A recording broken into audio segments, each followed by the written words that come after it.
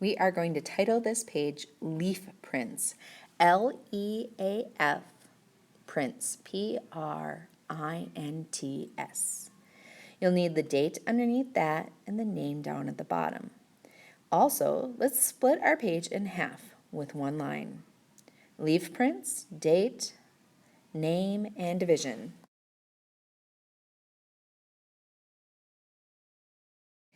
In the lower half of the page, we are going to divide up our space. I'm choosing to use circles. You could use squares or triangles. You're just going to divide up your page into several different sections, like what I'm doing here.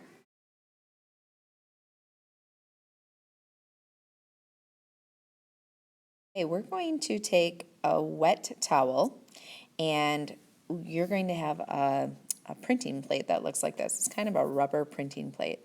And this one happens to be dirty, so I'm just kind of wiping up some of the paint stick that we're going to be using, or that has been used on here. No matter what, we do need to kind of get a little bit of liquid on our printing plate. Then you're going to take your paint stick and carefully and gently go on top of the entire leaf. So you're not adding a ton, but you're making sure all parts are covered. Put that back in its home and put the cap on nice and tight. Then we'll place it down, holding it down with one hand, pressing it with the other, and making sure all parts touch the paper really nice and tight. But I don't want it to shift around either.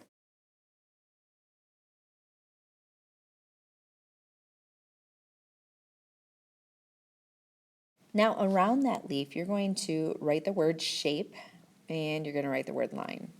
And under where you wrote shape, you're going to just draw as many shapes as you possibly can. Use the resources in the classroom.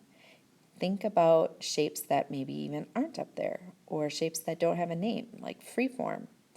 Add as many shapes as you can come up with. Then go ahead and write the word line if you didn't already do that. And same thing, come up with as many different lines as you possibly can. We have wavy, straight, zigzag, broken.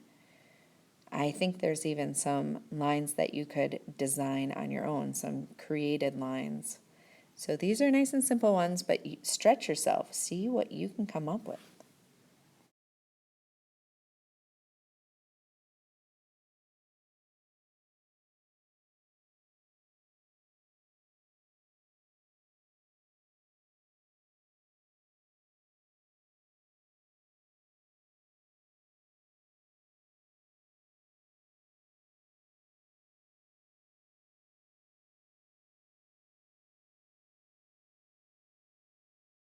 Okay, now in that lower section, you're going to take your shapes and your lines and make designs.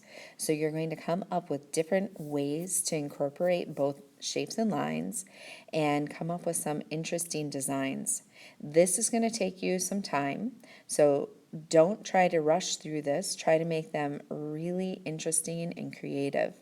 Sometimes the creativity is just repeating the same shape over and over, like I'm doing here with these little circles.